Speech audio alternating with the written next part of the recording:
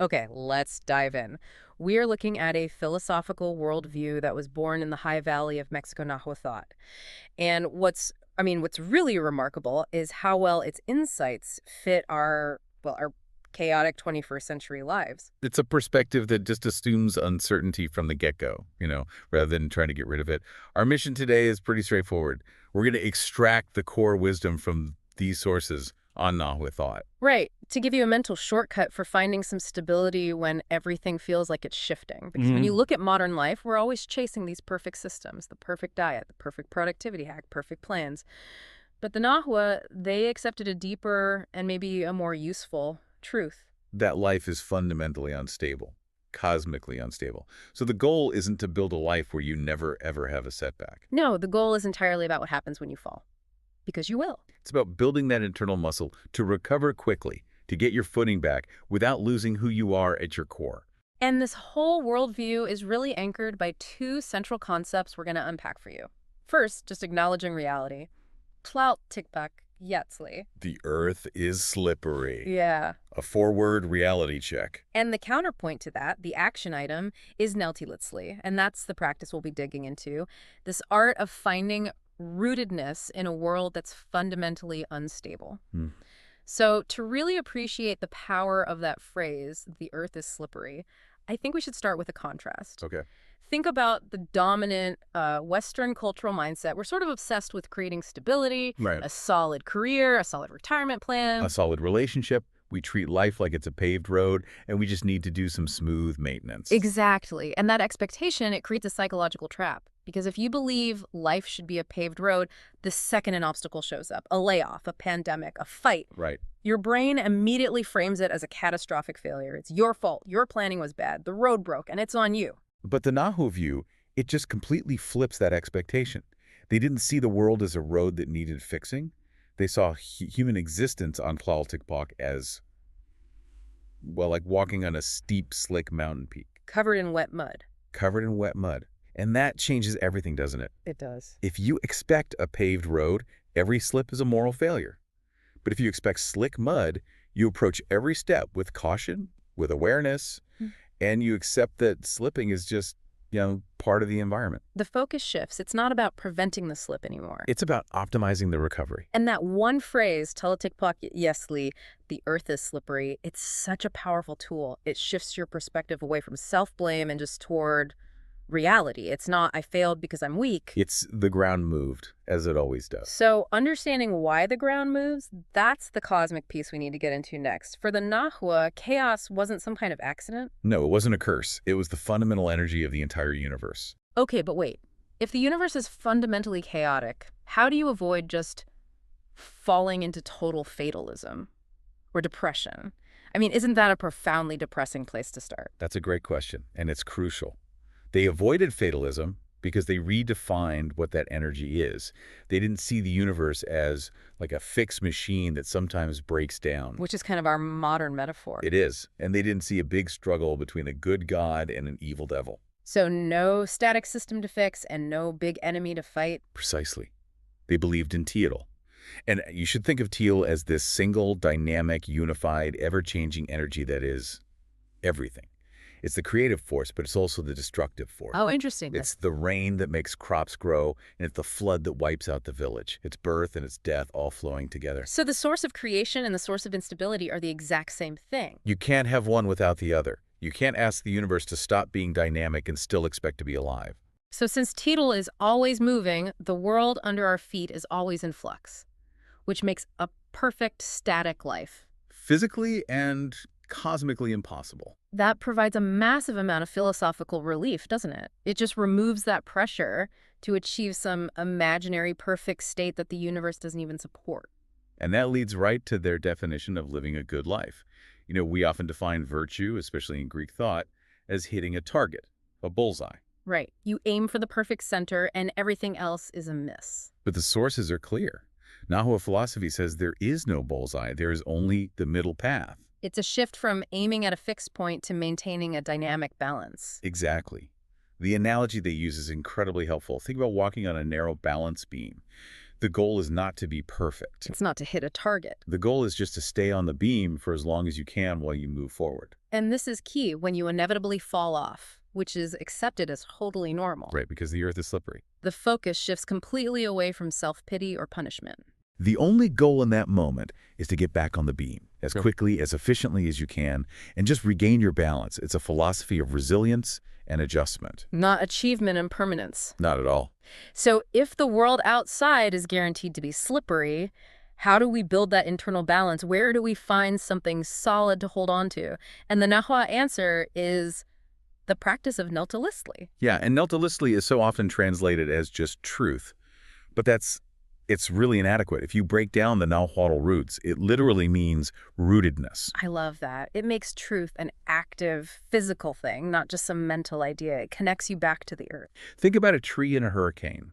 The ground is moving, the wind is howling, but the tree survives. Not because it has the correct philosophy. No, it's because its roots go deep. Its roots go deep into the earth. Neltiliztli is the work of developing those deep, stabilizing roots inside yourself. So when the external world moves, you don't. And the sources give us this really practical framework for growing those roots. They identified 3 anchors that keep a person rooted, and they apply perfectly to our modern, high-stress lives. These are the nuts and bolts of finding stability. Okay, so the first root is your heart, or Teotl. And this isn't just about, feelings or emotions. This is about your intention, your moral clarity. The question to ask is, are you acting with a straight heart? Are your motives for doing something, a project, a conversation, are they clear, honest, honorable? It's a constant internal integrity check. If your heart is crooked, if you're acting out of insecurity or malice, that lack of integrity makes your footing unstable, even if everything outside seems fine. It's like setting an anchor in sand. You won't hold when the waves come. Exactly. That makes so much sense. So in modern terms, it's about making sure your actions and your values are aligned. If your heart is straight, you have a solid foundation, even if the action itself fails externally. Okay, so that's the first root. The second root is your face, or ixtli. This is your character, how you present yourself to your community. It's the visible proof of your straight heart. So it's about reputation, being trustworthy. And contributing to your social ecosystem. Yeah. So heart is internal integrity. Face is external accountability. Why is community so important for being rooted? Couldn't I just be a virtuous hermit? The Nahua view is that rootedness is inherently social. When you're rooted, you're a stabilizing force for others. And in turn, your community provides that support for you when you slip. If you lose your face, your character, you lose that external support system. Your individual balance beam is held up by the collective. Okay, so heart is intention, face is community and integrity. The third root is your craft, doing work that is well-made. The importance of craft is so overlooked in modern life. Whether you're carving stone in Tenochtitlan, or you're a developer writing code today, or a chef or a parent building a routine, the act of making something excellent, that focused application of skill. It roots you. It roots you directly to the tangible world. But this is a crucial point because today, pursuing craft can so easily turn into burnout or workaholism. So how did the Nahua separate rooted creative work from just an unstable drive for more achievement? That's where the balance comes in. The whole system is about balance. If you are leaning too far into your craft, if you're sacrificing your face, your community, or compromising your heart, your ethics, then you're about to slip. The philosophy warns you you're about to slip. The roots are only stabilizing if all 3 are held in a kind of tension. So the goal isn't to judge yourself by the external result. Did the code compile? Did I get the promotion? It's about the internal quality of the effort. Did I do it with a straight heart? Did I uphold my integrity? And did I make it well? And this requires constant internal observation. You have to look inward. We're always looking outward for the next threat, but this asks us to look inward at our own balance. It's a daily, maybe even hourly, balance check on that beam. Am I leaning too far one way? Am I sacrificing one route for another? And the point of that observation isn't judgment. Not at all. It's purely to make an adjustment. You notice yourself leaning too far into work and ignoring your family, you know a slip is coming. You adjust your footing before the ground slides out from under you. Which brings us beautifully back to the middle path and that idea of stable over excellent. It does. The sources have this incredible piece of Aztec wisdom. It's a father talking to his son, and it just perfectly encapsulates this. He says, "The earth is not a good place. It is a place of joy and pain. Do not go too far to the left, and do not go too far to the right. Only in the middle is there a way to live. That acceptance, that life is just inherently a mix of joy and pain, that's what frees you from the exhausting chase for some utopia where all problems are gone. And that's the core distinction from, say, the Greek golden mean. The Greeks sought the middle because it was the most excellent, the most perfect state. The Aztecs sought the middle because, in a chaotic world, it was simply the most stable place to be, The safest place to walk. the only way to survive. So when you really internalize this, you accept that life is a mix of bitter water and sweet water. You stop waiting for that magic day when the mountain dries up and the path gets easy. The problems are the mud on the mountain. Your job, as a rooted person, isn't to try and dry the mud. That's a futile fight against the cosmos. Your job is to learn how to dance in it. Exactly. To walk through it, find your center, and ultimately learn to dance in it. Dancing in the mud. I love that. It transforms failure into just a necessary momentary loss of balance that teaches you about your next move. Mm-hmm. Okay, so what does all this mean for you, the learner, right now? How do you apply this stuff this week? We've distilled 3 rootedness challenges from the sources to help you handle the slips that life is, definitely going to throw your way. These are practical tools, ways to turn this philosophy into a daily adjustment. Challenge number 1 is the slippery mantra. The next time something goes wrong this week, a tech failure, a misunderstanding, a setback, instead of letting your brain default to, I failed, try this. Just say to yourself, the earth is slippery. And just notice that immediate cognitive shift. That simple phrase moves the blame away from your self-worth and onto the nature of reality. It lowers the stress response, lowers cortisol, and lets you focus immediately on getting back on the beam instead of just spiraling. Challenge number 2, find one root. This week, identify just one thing in your life right now that is a truly well-rooted element. It could be a 15-minute meditation, a specific friendship where you have to be honest, or a creative hobby, that craft that you do just for the joy of making it excellent. And when the world feels like it's sliding, actively lean into that one root. Let it be your anchor.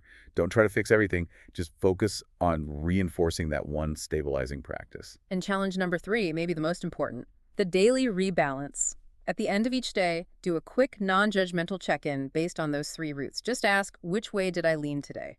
Did I lean too far into craft, into work, and neglect my face, my family? Did I act with a crooked heart in that meeting? The goal isn't perfection. The goal is just to observe and then adjust your footing for tomorrow. It's the constant, small course correction on the balance beam. Maintaining your internal center while the external world is in chaos. If you take one thing from this deep dive, let it be this. The ground will always move. But you are built for this. You have a heart, you have a face, and you have the ability to cultivate your center. You are built for Neltiliztli. We've seen how accepting instability is really the only path to finding stability. And while the ground will always move, the Aztecs believed there was one unique way to make that slippery, fleeting reality truly resonate. Which was? They believed that art and poetry, what they called flower and song, was the only way to capture and speak the truth on a constantly shifting earth. That sounds like another deep dive. It does. For now, until next time, stay rooted.